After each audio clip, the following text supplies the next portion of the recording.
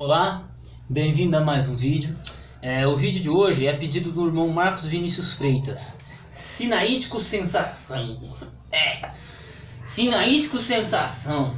Mas por que, Adolfo, sinaítico sensação? É que me parece que tem surgido, acho que um ou dois teólogos, né? Pelo menos teve um teólogo que fala que o Códex Sinaítico ele foi feito para parecer mais velho, que o Códex Sinaítico seria uma forma de fraude, algo do gênero assim. Bom, o que eu tenho a comentar? Primeiramente, eu como majoritário, eu não imponho muito peso ao Códex Sinaítico para uma reconstrução textual. Apesar de que na maioria das vezes o Códex Sinaítico ele dá apoio ao texto majoritário em si. Sendo ele do quarto século, ele apoia leituras majoritárias, tá? Isso é uma coisa que tem que ser observado. Quando ele está contra o Vaticano, ele está a favor do texto majoritário. Então ele é um texto muito interessante nesse aspecto. Mas assim, dizer que ele é uma fraude, que ele é uma farsa, eu acho um pouco difícil. Atualmente, no presente momento, enquanto eu gravo esse vídeo, eu acho muito difícil. Por que, Adolfo? Porque ele é um dos códex mais pesquisados, estudados e analisados. Os especialistas já notaram que teve muitas mãos que corrigiram o Códex Sinaítico. Eles dizem que é difícil você saber qual que é a leitura original às vezes é difícil precisar a leitura original do Códex Sinaítico. Ele tem algumas lacunas e tal. Isso os especialistas dizem, tá? Os especialistas que defendem o texto eclético dizem isso sobre o Códex Sinaítico. Eu tenho um amigo e aluno que ele escreveu uma tese de bacharel em teologia de umas 50 páginas, que foi exigido pela faculdade, onde que ele faz uma análise dos códex, dos principais códex, e ele coloca lá citando Zundt, citando os críticos textuais, especialistas e ecléticos. E eles, o que eles têm a dizer sobre o Sinaítico? Que ele passou por muita cópia, foi escrito muita coisa em cima dele, né? O próprio texto em si, né? Você tem lá correção, 3, 4 correções, isso eu já percebi no aparato crítico quando cita o Sinaítico. Então assim, ele é um texto que é complicado, cara, ele é complicado, ele é difícil, é difícil assim eu falar assim, não, eu vou basear uma leitura em cima do Códex Sinaítico. Eu tenho uma dificuldade tremenda, de basear, eu vou me basear só no Sinaítico e no Vaticano, eu tenho dificuldade por esse caminho, eu acho meio perigoso.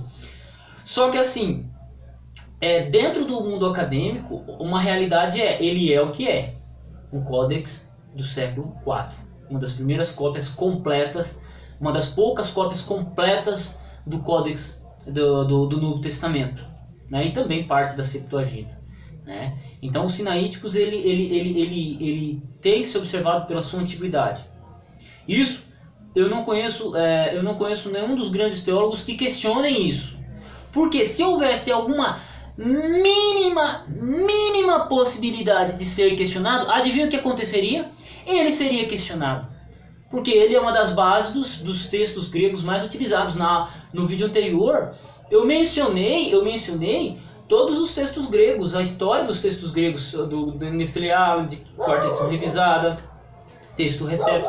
Não mencionei muito sobre o texto majoritário, porque o texto majoritário ainda está começando a ter algumas traduções do texto majoritário, né? Então por enquanto você não tem traduções usuais do Novo Testamento baseadas no texto majoritário, você só vai ter no texto recebido por enquanto, e uma tradução para o português no interlinear majoritário, tá? Mas logo daqui a alguns anos eu acredito que vamos ter algumas traduções do texto majoritário, beleza? Independentes. Falando nisso, vou até mandar uma mensagem para sociedade, para a editora Cultura Cristã, para ver se eles fazem o Novo Testamento só com o texto majoritário, só com a tradução do texto majoritário, não no interlinear, mas a parte.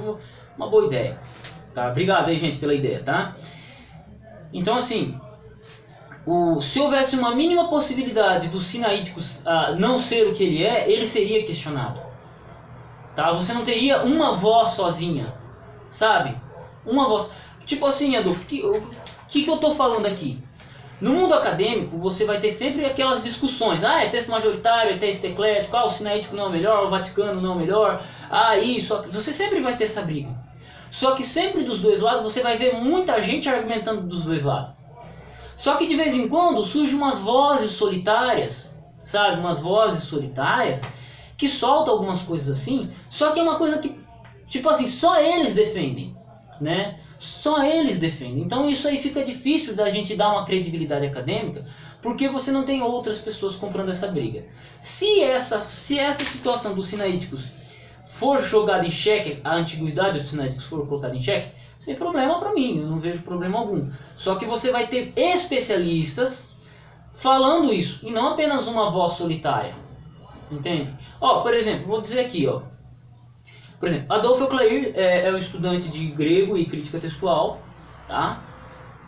E ele defende o texto majoritário. A pergunta é, só o Adolfo Euclair defende o texto majoritário? Não, você tem mais pessoas que defendem o texto majoritário, pessoas de peso. Uma delas é o Wilbur Pickering, você tem Zander Rhodes, você teve John Morgan no século retrasado, né? Você tem Robson Pierpont, que são pessoas estudiosos que dedicam sua vida para defender o texto majoritário. Você tem mais alguns outros menores também. No Brasil, o segundo mais conhecido, o segundo maior defensor do texto majoritário é o Paulo Anglada, que tem um livro de crítica textual sobre o assunto, introdutório sobre o assunto. Então, a minha voz aqui no YouTube não está sozinha, tem outros acadêmicos que me dão suporte. Fechou?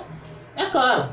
O cara defende o texto eclético. Quem são os caras que defendem o texto eclético? Aí você põe lá Wilson Paroski, Daniel B. Wallace, Bart de Erma, Bruce Metzinger, Kurt Aland, e por aí vai, bicho. Então você vai ter umas pá de nego que dão suporte pro cara.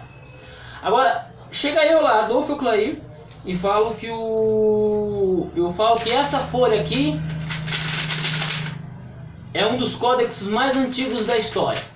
A pergunta é, quantos acadêmicos vão comprar minha briga? Quantos acadêmicos vão pegar isso aqui, vão fazer uma análise e vão dizer, não, de fato é? Por enquanto só eu. Quando eles fizerem a análise, vão falar, não, Adolfo está errado. E aí você vai ter uma voz unânime sobre o assunto. Então quando eu vejo alguém falando assim, ó, os sinaíticos é isso, é aquilo, é aquilo, é aquilo. Tá, se é isso, aquilo, aquilo, aquilo, os sinaíticos ele é analisado há mais de 200 anos, cara. Há mais de 200 anos e ninguém viu isso. Aí me chega um cara no século XXI falando que o Códex Sinaítico não é o que é, não é tão antigo quanto parece. Por mais acadêmico que o cara seja. Pô, mano, tem 200 anos de códex, de estudo sobre o Códex Sinaíticos, mano. 200 anos, velho. 200 anos, mano, não é 2 dias não, cara, é 200 anos. Tá? Então assim, tem algumas teorias que a gente só precisa de um pouco de bom senso para dar atenção. Um pouco de teoria, um pouco de bom senso para dar atenção. Pode ser que seja verdade? Não vou negar que não seja verdade. Vai que o cara tá certo e daqui a alguns anos, né, e eu posso até precisar daqui a alguns anos a gente veja, não, o Códex Sinaíticos não é tão antigo quanto parecia. Só que por enquanto, e pelo meu ver aqui, não dá, cara, porque eu não vejo nenhum acadêmico, eu não vi nenhum acadêmico criticar os Sinaíticos com base nisso. Com base, dizendo que ele não é tão antigo quanto ele parece. Eu não conheço nenhum crítico textual grande que tenha feito esse questionamento. Bart de Ehrman não fez. E olha que o Bart de Ehrman é um dos grandes críticos contra o texto. Ele não mencionou uma linha sequer no livro dele, o que Jesus disse e o que Jesus não disse no livro dele. Tá entendendo? Tá observando? Então assim, se os grandes críticos não fizeram isso, como que um cara me aparece ali falando um troço desse? Então assim, gente, algumas coisas que a gente ouve, a gente tem que ter um pouco de bom senso. Se for verdade, daqui a alguns anos, você vai ter teólogos concordando com o cara, falando, não, realmente.